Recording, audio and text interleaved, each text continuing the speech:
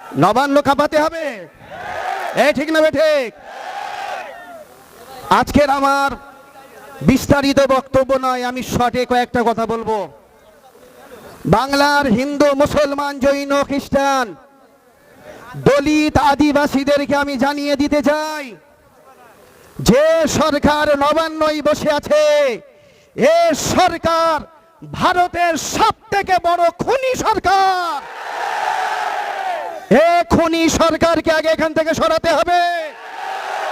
CPM এর জমানায় আমার বাড়িতে পঞ্চায়েত ভোটের আগে আমার বাড়িতে আমার ছাদে উঠেছিল এই সিপিএম, আমাকে মারার জন্য ঝান্ডা তুলেছিল। আর সেই দিনে আমার ফুরফুরা শরীফের পীর সাহেবরা, পীরজাদারা, বাংলার হিন্দু মুসলমান তাকে ঘাট ধরে 34 বছরের চেয়ারকে উল্টে ফেলে দিয়ে গিয়েছে।